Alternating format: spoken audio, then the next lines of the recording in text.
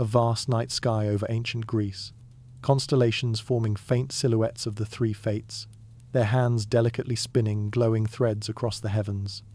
Temples and olive groves below lit by quiet torchlight, the scene solemn and contemplative. Three women, the Moirai, seated at a loom of shimmering cosmic fibre, Clotho spinning, Lachesis measuring with a golden rod, Atropos poised with iron shears, expressions calm, neither cruel nor merciful, surrounded by scrollwork of spirals and woven vines.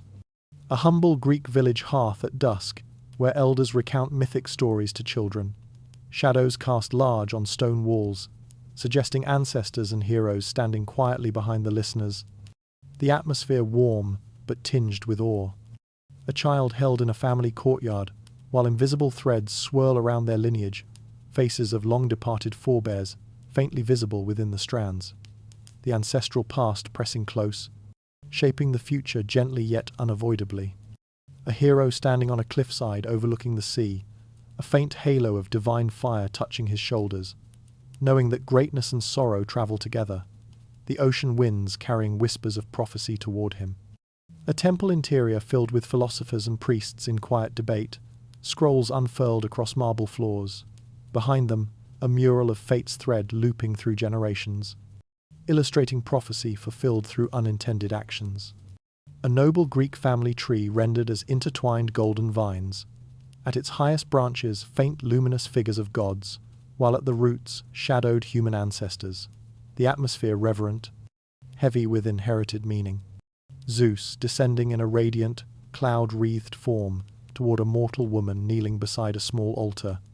The light divine yet unsettling, suggesting both blessing and upheaval, with delicate borders of laurel leaves and star symbols. Perseus, as an infant, being set adrift in a wooden chest upon calm but foreboding seas under moonlight. A sense of prophecy and sorrow, the waves subtly shaped like whispering faces. Heracles caught between two forces, Zeus's bright golden aura above, and Hera's cold, shadowed presence behind him. The hero's posture strong but weary, surrounded by symbols of both triumph and grief. Helen seated at the center of a marble court, her beauty depicted as serene and luminous. Yet the scene around her cracks with subtle fractures representing kingdoms poised to fall. Flowers bloom and wither simultaneously in the border frame. A burning torch passed between generations in a dim ancestral hall. Portraits of ancestors watching silently from the walls, the flame bright and fragile, symbolizing the spark of divine origin that carries both glory and ruin. A vast cosmic tapestry stretched across the sky, threads of gold and shadow woven by invisible hands. A small tear in the pattern glows like a wound, radiating ripples across generations of silhouetted figures below.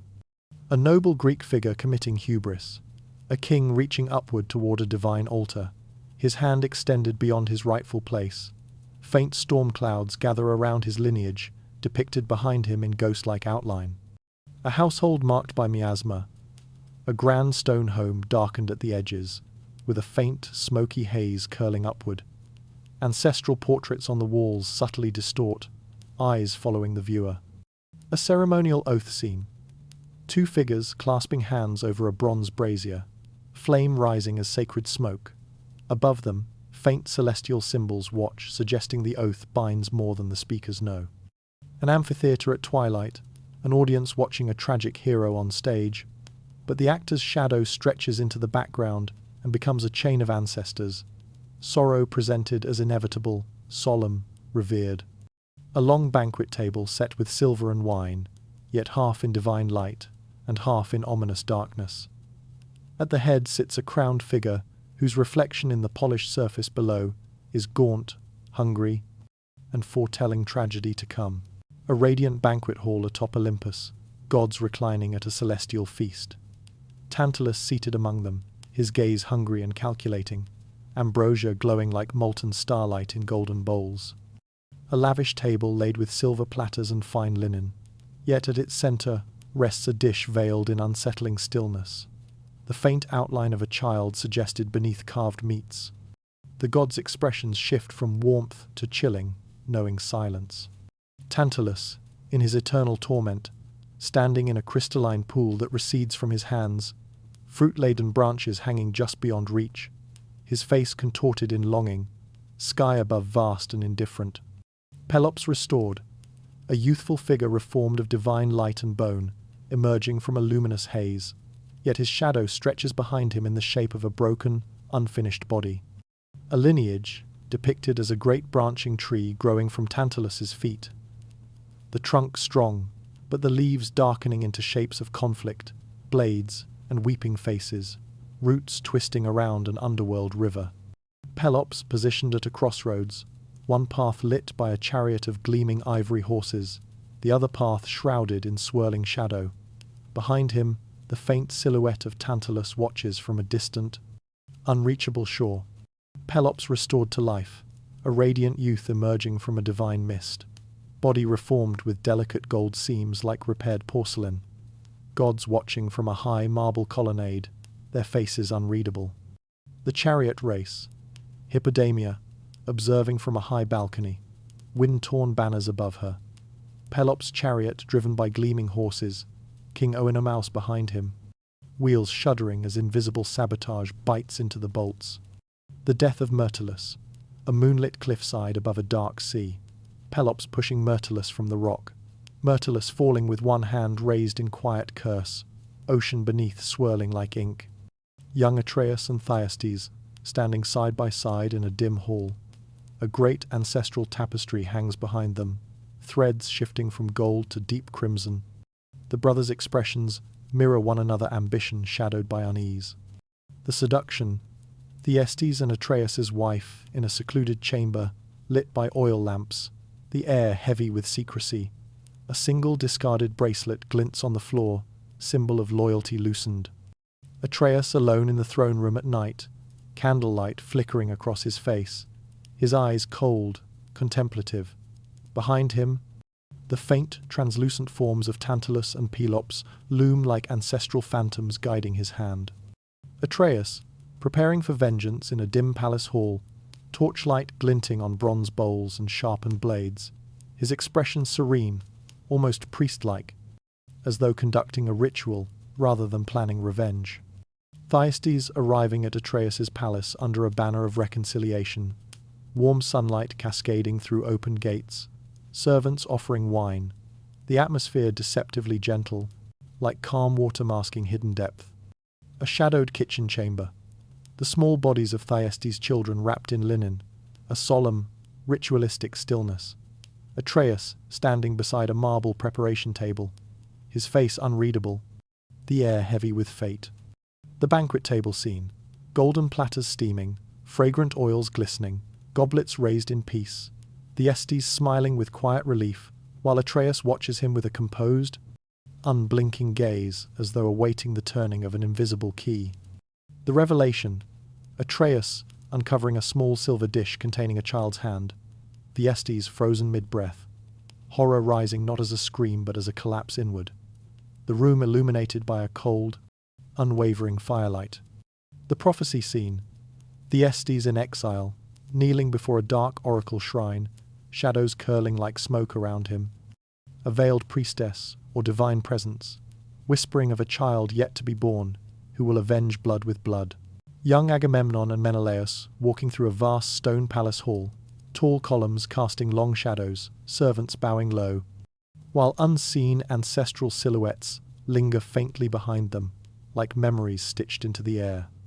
Agamemnon standing before a fleet of ships stranded in a still harbour, sails drooping without wind, the sea smooth as polished glass, priests in dark robes whispering fate's demand under a sky refusing motion.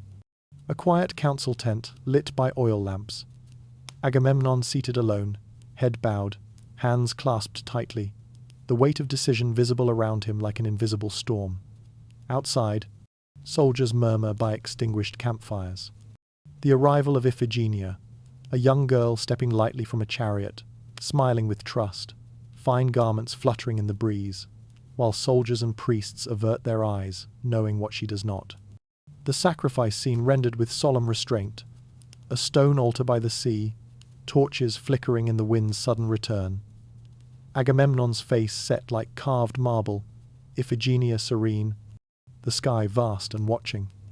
Agamemnon returning from Troy, a war-weary king stepping onto the shores of Mycenae, carrying trophies of victory, yet surrounded by an invisible dark halo of guilt. The city gates open, but home feels haunted. Clytemnestra alone in a quiet palace courtyard at dusk, stone columns casting long shadows, her hands resting on a folded shawl, her expression composed yet distant, the space around her echoing with the absence of Iphigenia. Empty chambers of Mycenae, a child's room left untouched, sunlight falling across unused toys and woven tapestries, dust motes drifting like memories suspended in still air. A private meeting between Clytemnestra and Aegisthus, both seated in dim lamplight, their faces solemn, not lovers in passion, but two figures bound by shared sorrow and ancient inheritance. A quiet pact forming in silence. Agamemnon's triumphant return, the city gates open, banners fluttering, crowds cheering, while Clytemnestra stands at the front in regal robes, her expression unreadable, the celebration's bright colours contrasting her stillness. The moment of reckoning inside the palace, Clytemnestra holding a ceremonial blade, her face calm and resolute, Agamemnon turned toward her in stunned recognition, the chamber lit by torchlight that throws dramatic shadows on the walls. Aftermath in the throne room.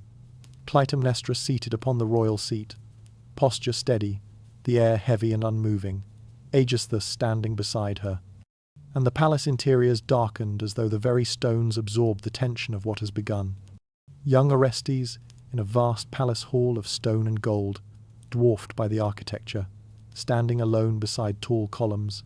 Shadows stretched long across mosaic floors, each shadow shaped like absent figures. A sense of quiet, haunting, the air thick with memory and unspoken grief. Clytemnestra seated in a high-backed throne, posture poised and regal, but her eyes distant and sorrow-heavy, a tapestry behind her depicting a child's empty cradle, faint incense smoke curling upward, servants watching her from afar with reverence edged in fear. The triumphant return of Agamemnon to Mycenae.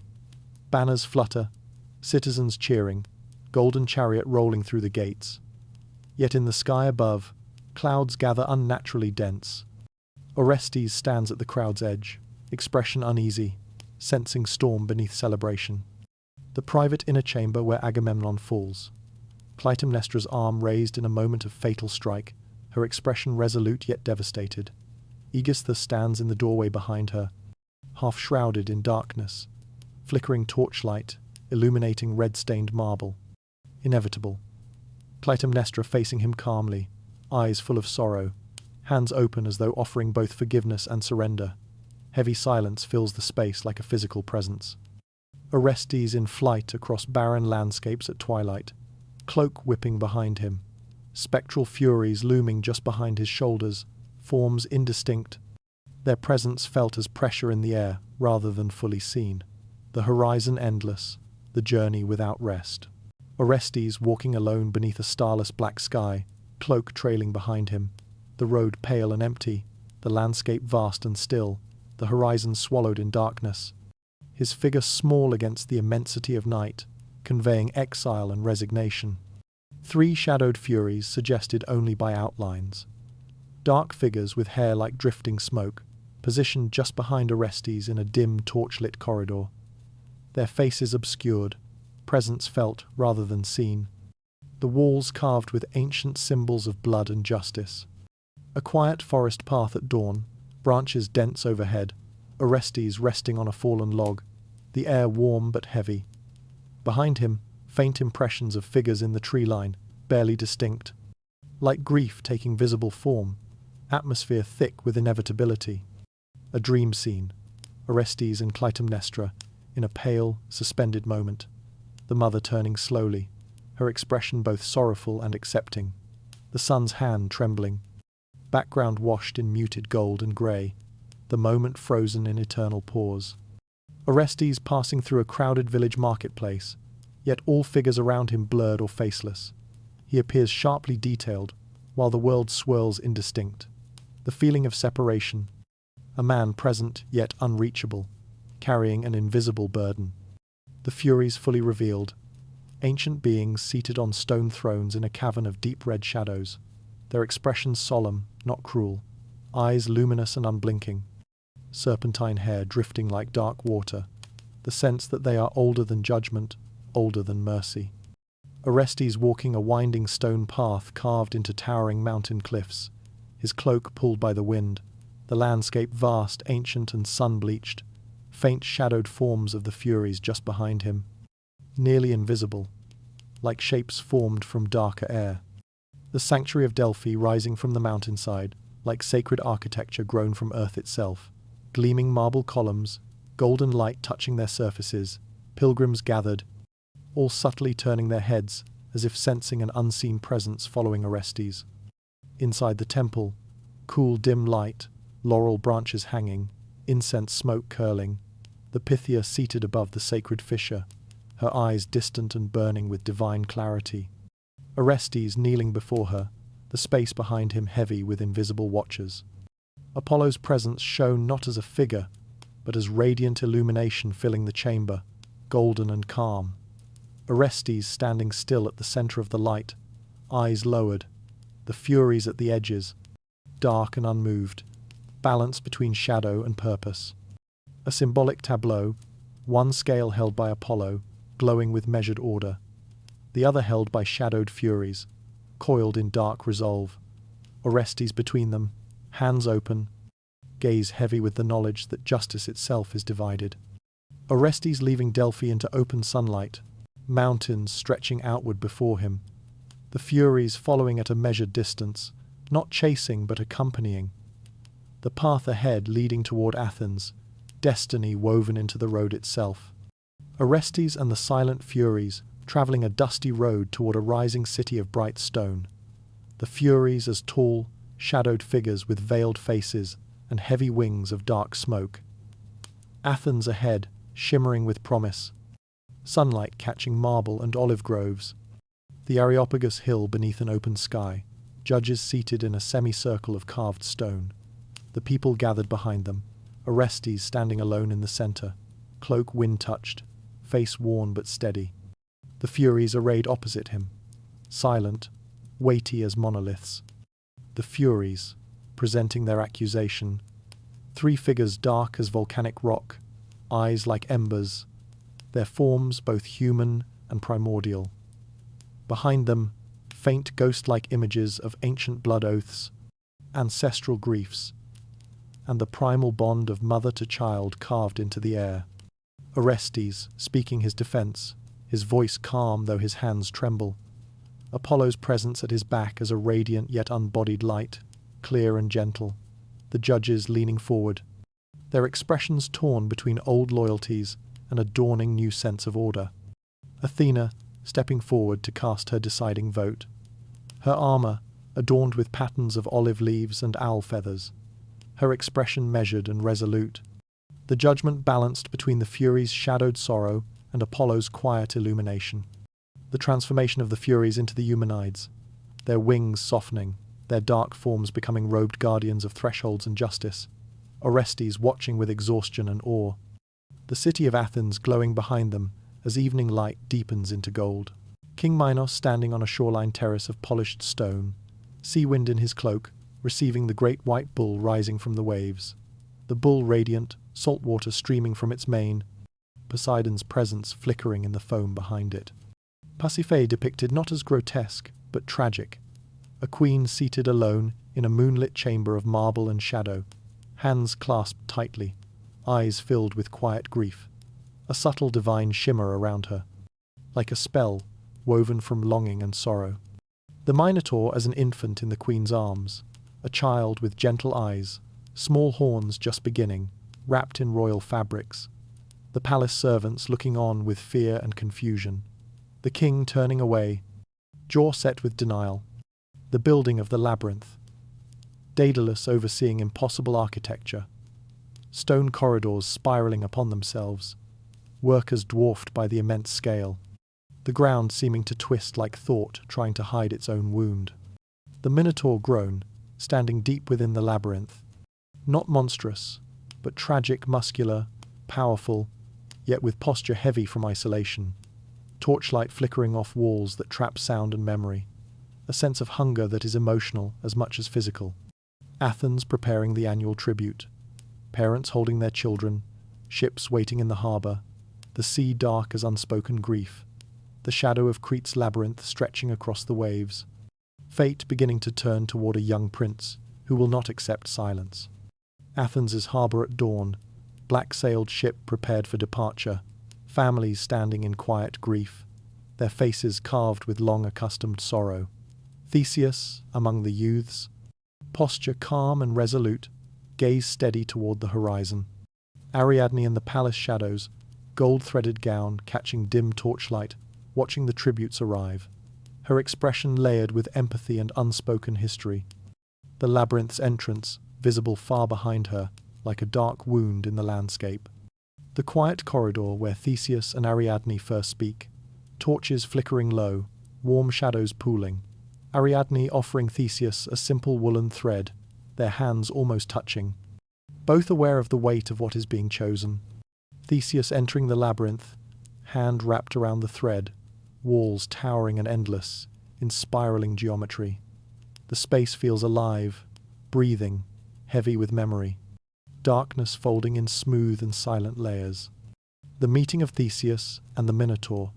No dramatic battle pose, but two figures in stillness. The Minotaur, powerful yet sorrowful, shoulders bowed from the weight of existence. Theseus regarding him with solemn recognition rather than hatred. Theseus, emerging from the labyrinth, thread trailing behind him in graceful loops. Ariadne, waiting at the threshold, the first light of dawn touching her face. A sense of fragile possibility. A future trembling on the edge of becoming. Theseus and Ariadne standing together at the prow of a ship beneath a pale wine-coloured sky, the sea still and luminous. Their expressions quiet and heavy with unspoken knowing, the wind gently touching their hair, the horizon wide and uncertain ahead. Ariadne on the deck, looking back toward Crete's fading coastline, her cloak soft against the breeze, a faint golden thread glimmering in her hand, her gaze filled with both sorrow and relief. The distant labyrinth only a memory of stone and shadow. The island of Naxos bathed in tender dawn light, waves brushing the shore like whispered breath. Theseus departing silently, his ship pulling away into the soft haze of morning, while Ariadne sleeps unaware among scattered flowers and draped fabric. Ariadne awakening alone on the beach, the sea vast and shimmering before her, the ship a tiny fading speck on the horizon, the thread in her hands tangled and useless, her expression not screaming, but hollowed by a quiet, ancient kind of grief. King Aegeus standing on a high cliff above the Aegean Sea, the sky muted with twilight hues, black sails stark and unmistakable below, his form still and dignified, grief gathering around him, like deep water, before his final step forward. Athens at dusk, crowds gathered in conflicted celebration. Theseus returning with laurel and shadow, the city's marble gleaming even as morning lingers in the air. The sea named for Aegeus, stretching outward like a memory that never releases its hold. Cadmus wandering across seas and rugged coasts, asking shepherds and sailors, his garments worn from travel, the memory of Europa carried like a soft sorrow in his eyes, while the bull-shaped constellation glimmers faintly above him in the sky.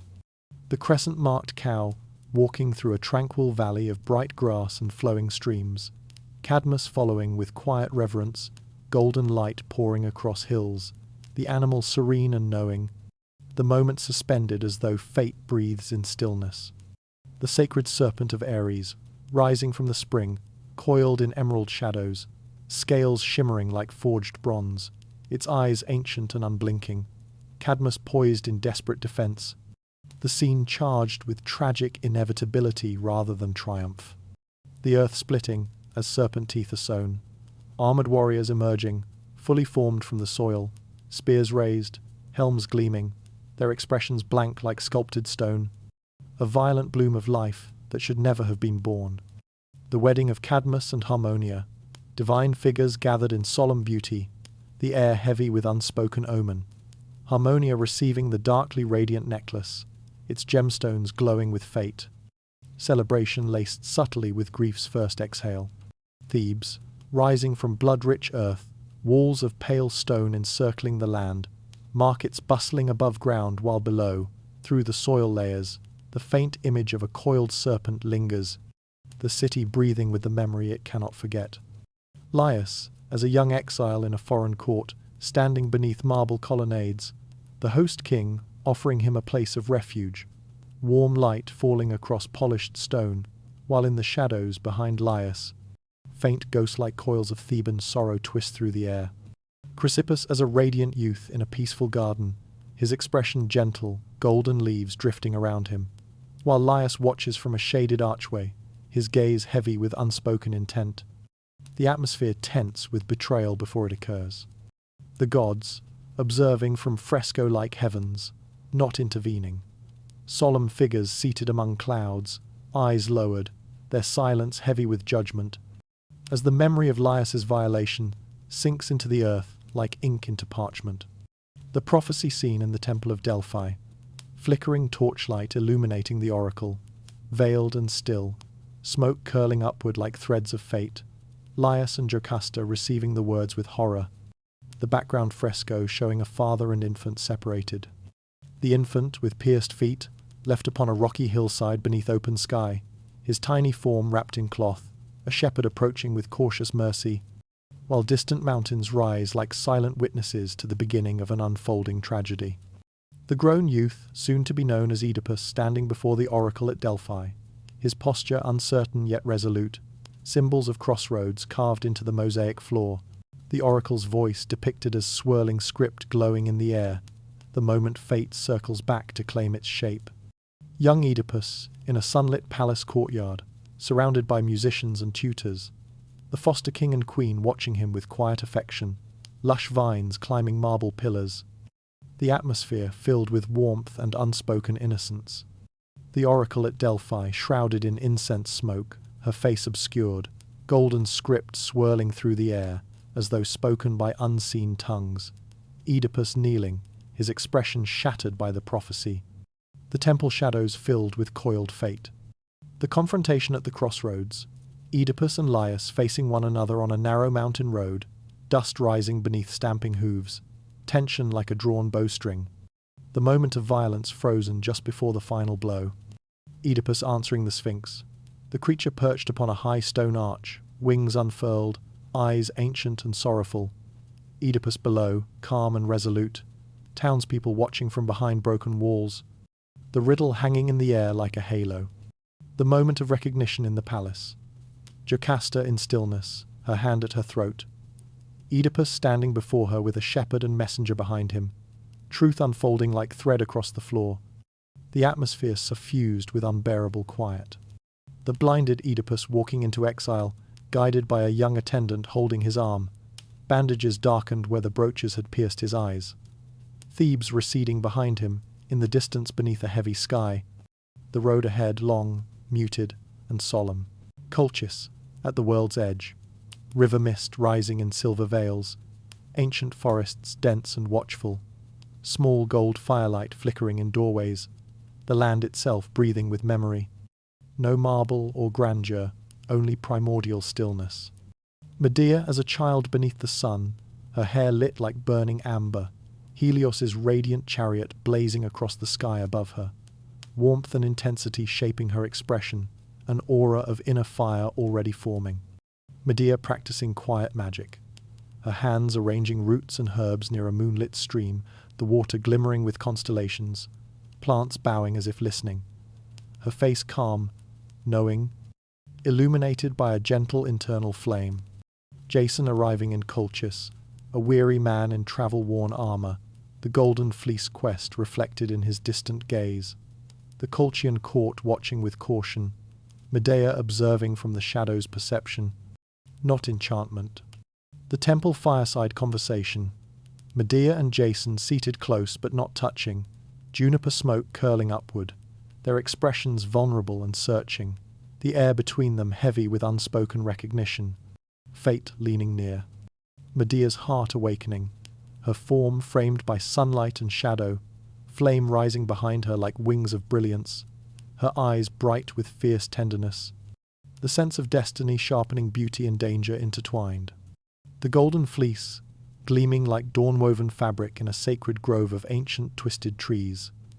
Roots coiling like serpents, the air heavy with mythic stillness. Unseen guardians watching from the dark.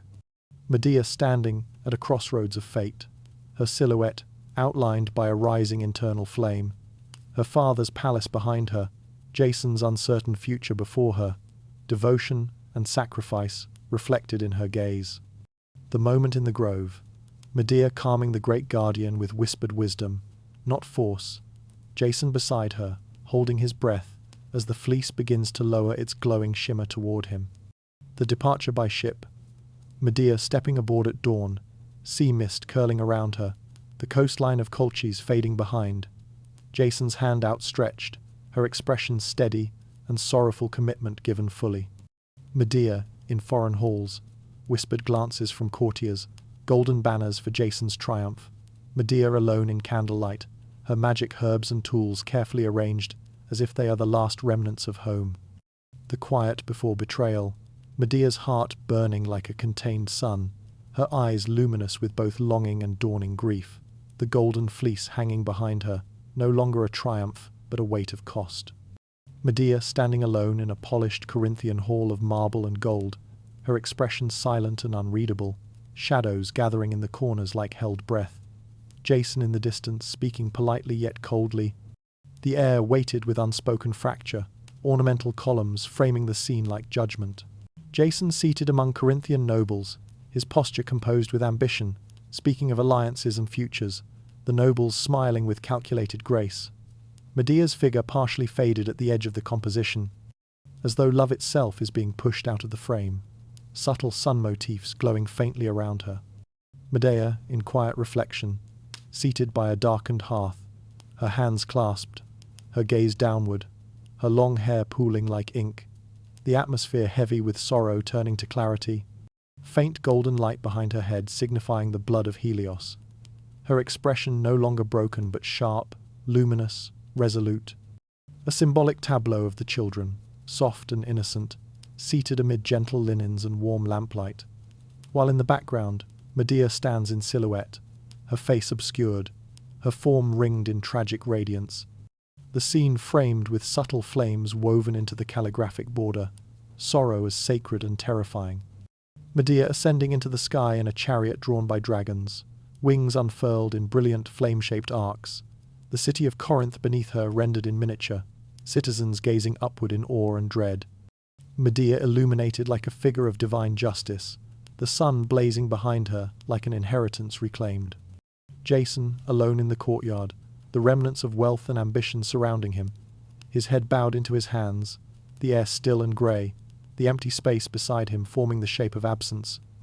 Medea's shadow faintly carved into the stone, the golden fleece hanging dull and lifeless nearby. Thetis at the dark banks of the river Styx, cradling infant Achilles as she lowers him into black shimmering water, her sea-green hair flowing like tide wind, silver light burning around the child's skin, the shadows of death and immortality entwining behind them like opposing wings. Young Achilles disguised among maidens on a secluded island, wearing soft robes and braiding ribbons, yet his posture betrays strength, sunlight haloing him in unmistakable radiance. The other girls surrounding him like gentle constellations, the shoreline behind them glowing with quiet prophecy. The moment the summons to Troy arrives, a herald bearing a bronze helm and spear stands at the threshold of a tranquil courtyard. Achilles turning toward him with a stillness like awakening fire. Thetis in the background, frozen in grief, the sea rising behind her in sorrowful waves. Thetis and Achilles in their final conversation before war. Achilles radiant and young, a calm resolve in his eyes. Thetis's hand hovering near his shoulder, unable to hold him back. The sky behind them streaked in twilight gold and morning blue, fate hovering as a silent witness. Hephaestus forging Achilles' armor in a godlit forge, bronze glowing like molten sunrise, sparks flying like small constellations, the shield engraved with scenes of feast, battle, harvest, dance, grief, and joy, each swirl of metal depicting the turning of human life, divine craft shaping destiny. Achilles standing at the shore, preparing to depart for Troy, wearing the gleaming armor, hair lifted by sea wind. Thetis kneeling in the surf behind him with hands open but empty, the ocean reflecting both their reflections, one blazing forward, one breaking, the horizon bright and unreachable. Achilles and Patroclus sitting beside a quiet campfire near the Greek encampments, their armor set aside, faces warm in the glow, Achilles leaning slightly toward Patroclus in unguarded ease, Patroclus's expression calm and steady, the sea-dark night behind them threaded with distant torchlight and drifting smoke. The interior of their tent. Simple woven rugs, a bronze basin, soft lamplight illuminating Achilles, resting with bowed head while Patroclus places a gentle hand on his shoulder. The world outside, full of war tension, but inside a sanctuary of closeness and breath. Agamemnon demanding Briseis before the gathered host. Achilles standing still and furious, jaw set, Briseis looking sorrowful but unbroken. Patroclus at Achilles' side with quiet understanding. Banners whipping in a storm-heavy wind, soldiers watching with troubled eyes. Patroclus donning Achilles' armor, bronze gleaming like dawn, Achilles' hands trembling as he fastens the straps, the two of them standing close, not speaking. Grief and love suspended between them like a fragile thread, the tent opening framing a horizon of smoke and battle dust. Patroclus facing Hector, the Trojan walls rising behind, the battlefield quieting into a heavy stillness. Hector poised with spear drawn, Patroclus radiant in Achilles' likeness, but young and mortal. The moment charged with fate's hush. Achilles receiving the news of Patroclus's death. Achilles kneeling in the sand, armor set aside, hands gripping the earth, his face uplifted to the sky in a soundless grief. The sea behind him dark and vast. The world around him, blurred by the weight of loss, about to ignite into unstoppable motion. Achilles dragging Hector's body behind his chariot across the dusty plains of Troy, the sky red with dusk, soldiers watching in stunned silence, Achilles' face hollow and grief-stricken rather than triumphant, the horses straining forward, dust rising like smoke of morning. Priam entering Achilles' tent at night, the lamplight low and amber. Priam kneeling with trembling hands, Achilles seated before him, head bowed. Both men sharing tears, two grief-worn figures, illuminated in a quiet circle of sorrow, while the camp sleeps outside. Achilles standing alone on the battlefield after Patroclus's death, armor reflecting pale sunlight, expression emptied of everything but exhaustion, fallen warriors around him, the sea wind pulling softly at his hair, the stillness of someone who has burned through all anger. Paris releasing the arrow guided by Apollo, Apollo's presence only hinted as a radiant figure of light behind him. The arrow flashing through the air, Achilles distant in the background, unaware, the scene charged with fate's inevitability. Achilles falling to one knee, hand touching his heel where the arrow struck, his expression serene and knowing, the battlefield fading around him like a dream. His gaze lifted, as if seeing something beyond mortal sight, the moment quiet, tender, final. A symbolic tableau. Achilles and Patroclus reunited in a peaceful afterlife shore, water glimmering gold, their silhouettes close and at ease, armor set aside forever, the world calm, conveying the idea that love endures beyond legend and beyond war. Zeus descending to Alcmene in the form of her husband, moonlight pouring through a doorway, Alcmene's expression soft and trusting, Zeus's divine presence hinted by a faint celestial radiance behind his human disguise, Hera watching from the shadows with storm-dark eyes. Infant Heracles, in a cradle of simple woven reeds, two serpents coiling toward him in the night, the child grasping them with small but steady hands, his expression calm and unafraid, while his parents burst into the room in shock, torchlight casting sharp gold and black contrasts. Young Heracles training in an open courtyard, muscles forming under sunlight, while off to the side he gently tends to a small injured animal, the contrast between immense strength and quiet tenderness depicted in soft gold tones. People watching him with awe but no understanding. Heracles at home with his wife and children, a moment of warmth, firelight glowing, laughter, a sense of ordinary domestic peace, yet Hera's presence looming like a distant storm cloud at the edge of the composition, signalling a fate ready to rupture. Heracles standing alone on a high hill overlooking the land, his lion-like strength visible, yet his posture heavy with sorrow, the landscape below bathed in twilight, the air thick with the feeling of a man set apart from those he loves, the weight of prophecy shaping his silhouette. A symbolic tableau, Heracles' name carved in stone, surrounded by laurels, but bound by iron chains shaped like Hera's gaze. While in the foreground, Heracles walks forward with quiet determination, not triumphant but enduring, his eyes steady, the world's expectations resting on his shoulders like a cloak. Heracles' household bathed in gentle morning light, Megara arranging the home, children laughing, a calm domestic atmosphere. Hera's unseen presence suggested as a faint shadow in the corner, like a storm cloud hidden behind a sunny sky. A close, internal scene, Heracles' face turning slowly, eyes clouding as divine madness takes root. The room warping subtly around him, familiar shapes twisting into imagined threats, the visual tone shifting from warm gold to cold iron. The aftermath of tragedy. A silent house, overturned objects, pale morning light falling across still forms. Heracles standing at the center, motionless, his expression emptied of understanding, his great hands hanging like weights of guilt. Heracles kneeling on the ground, tears falling quietly, the world around him hushed, a visual emphasis on stillness, grief as a heavy stone at his chest. No divine figures present, only the human cost. At Delphi, Heracles before the oracle, incense drifting upward, the priestess veiled and radiant with an otherworldly calm. Heracles' posture solemn, humble, seeking direction rather than glory. Symbolic tableau of the 12 labors beginning. Heracles, walking into a vast and rugged landscape, lion's skin over his shoulders not yet earned, the weight of grief carried like an invisible burden, sorrow rendered as a shadow that bends the light around him.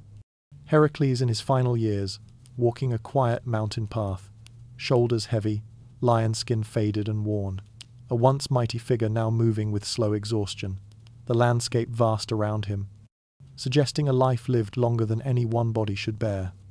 The moment the poisoned garment burns, Heracles gripping the fabric as it fuses to his skin, fire-like patterns spreading across his body. Deianira, distant in the background, hands clasped in despair. The scene filled with tragic inevitability rather than violence. The pyre atop Mount Oeta, constructed from great timber, sky vast and windless, Heracles lying upon it in solemn acceptance, not as a warrior but as a weary soul releasing a burden. The horizon shimmering with late sunset gold, flames rising but not consuming, Heracles' mortal form dissolving into radiant light, the fire depicted not as destruction but as transformation, swirling upward as if opening into the heavens. Heracles, ascending to Olympus, now luminous and serene, welcomed by Zeus and Hera. Hera's expression softened, not triumphant, but reconciled. A celestial architecture of marble clouds and golden sky surrounds them. A final memorial image of Heracles, as remembered by mortals, statues and temple reliefs depicting both his strength and his sorrow, villagers gathered in torchlight below, telling his story with reverence, the night warm with quiet understanding rather than celebration. Figures of ancient heroes and modern silhouettes walking side by side across a vast, symbolic landscape. Marble statues fading gradually into living human faces, calendars and scrolls interwoven, the horizon soft with dusk light. A family seated at a table in silence, each carrying invisible shadows behind them, shaped like mythic figures. Gestures small but weighted, expressions quiet. The room lit by a single candle, suggesting generations of unspoken history. The emotional embodiments of Agamemnon, Helen, Orestes, and Achilles, depicted as both human and symbolic forms. Ambition wearing a crown of iron, beauty behind a veil, torment holding a broken scale, and grief wrapped around a shining spear.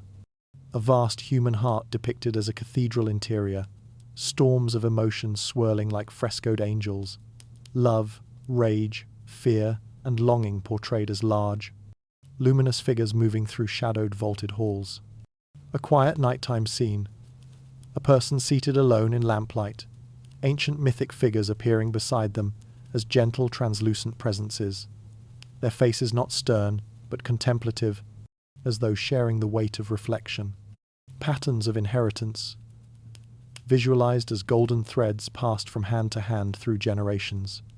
Some threads frayed, some knotted, some shining and newly woven, suggesting the choice to keep, release, or reshape what has been carried. A quiet household interior, where shadows take human form. A family seated together, yet each figure's shadow stretches behind them into the shapes of inherited grief, silence, and longing. A lineage shown as a winding staircase through time, each step containing a small symbolic scene. A closed mouth, a clenched fist, an offering hand, a tear held back. The staircase vanishes into mist. A hero, not in armor, but in ordinary clothing, standing before a mirror. The reflection shows mythic figures behind them, with soft, non-threatening expressions, as though guiding self-recognition rather than judgment. A dimly lit room with a person pausing before speaking, hands gently unclenched. Behind them, transparent ancestral figures watch with quiet tension, unsure but hopeful, as though witnessing the first break in a long-held pattern. A lantern glowing in the center of a dark, expansive space. Within the lantern's flame are faint images of ancient tragedies. Oedipus, Heracles rendered, not in violence, but in soft sorrow, illuminating rather than frightening. A person gently placing down a heavy, invisible weight, represented as a stone carved with interwoven family faces. The stone rests on the ground, and light begins to rise from where it was lifted, signaling release without fanfare. A quiet twilight landscape where a book closes itself upon an altar of smooth stone, golden dust rising from its pages. Surrounding the book are faint silhouettes of mythic figures dissolving into the evening sky.